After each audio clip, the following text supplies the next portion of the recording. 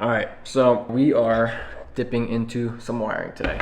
This is arguably one of the best upgrades you can do for your E36. And not only E36, basically any M50, S50, M52, S52, any of those motors that you're running an OBD1 engine harness on. I'm gonna be showing you guys how to take your completely OEM engine harness from this to this.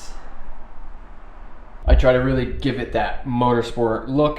So what's really cool with this harness is there's a lot of stuff that can be deleted. If you're running a Link ECU, specifically the Link plug-in ECU for E36, there's a lot of stuff that you can delete.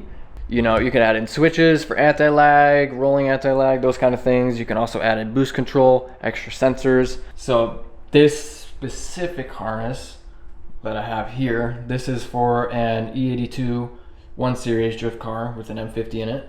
If you're running a boosted car and you want to delete the ICV, which is very common, you want to change the intake air temp sensor to a GM style, you want to delete the Vanos, any of that stuff, you want to delete the NOx sensors, all that stuff can be pulled out, lightens up the whole harness. And yeah, I'm kind of excited. I've been getting a lot of traction with these harnesses lately. A lot of you guys have been wanting them, sending them in.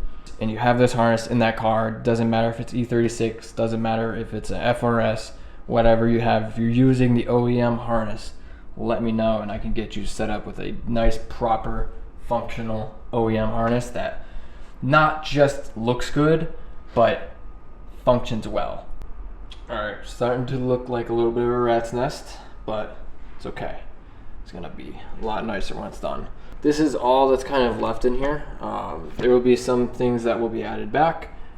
Just the new sensors that are getting wired in will run through there, but majority of that is already cut out and empty. And the ECU connector, everything is pulled out of here. These are just going to be used as spares, and then as well as the new sensors that are getting wired in. You know, this is a 30-year-old harness, so you're gonna come across things that are just not good, and you're gonna have to fix them as you go.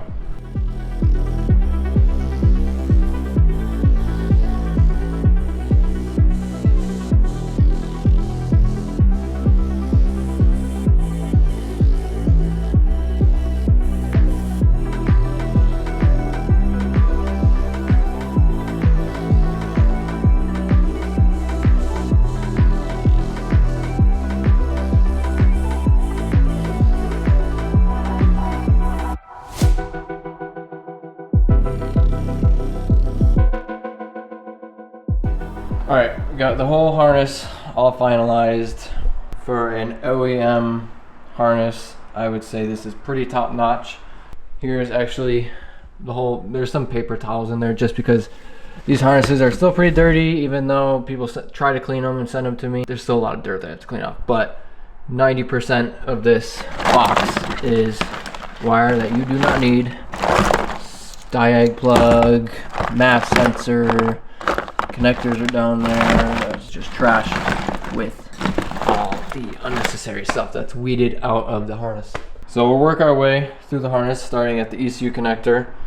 Depending what you delete from the harness will determine what is available to use as a spare on the ECU connector. But basically, 4 auxes, 2 digital inputs, 2 AN volt spare, and then there's also another digital input and AN volt spare on the expansion loom. Usually I'll wire it in straight into the harness, but this customer had the expansion loom, so it's just a little bit easier to wire it to this. Removed the sheathing that Link sends you with it, and put just basically some DR25, twisted it a little bit, and then made it a little bit cleaner. So basically this plugs into your ECU. This just gives you the expansion for 5 volt sensor ground, 2 AN volts, 2 temps, and 2 digital inputs. So 8 in total. Basically, so this will stay connected to your ECU, run out of the cover, and then if you ever have to take the harness off, that way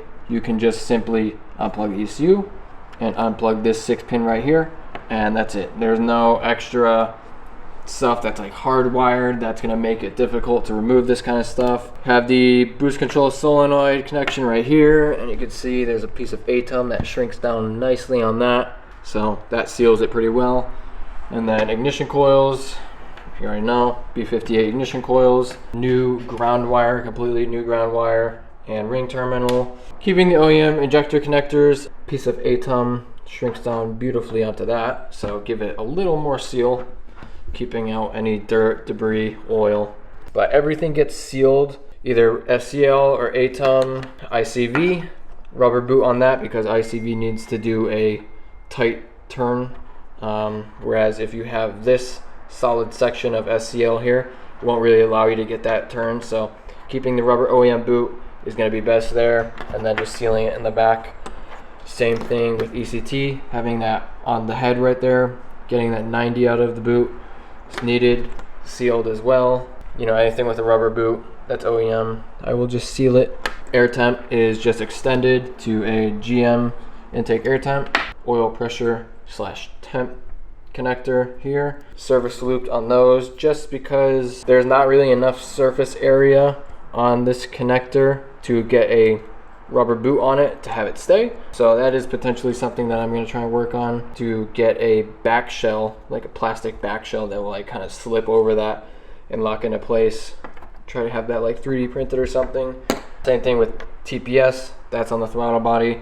That does a 90 off of it, so having that rubber boot there is key. And then over here, coming out of the main junction box, whatever, I don't really know what the proper word for this is. Fuel pressure sensor comes right out of there. Have this here as two pieces. This is going way under the car, so rather have a connection as well up top. That way if it needs to be removed, you have to go all the way under and pull all this stuff off too. That's pretty much it.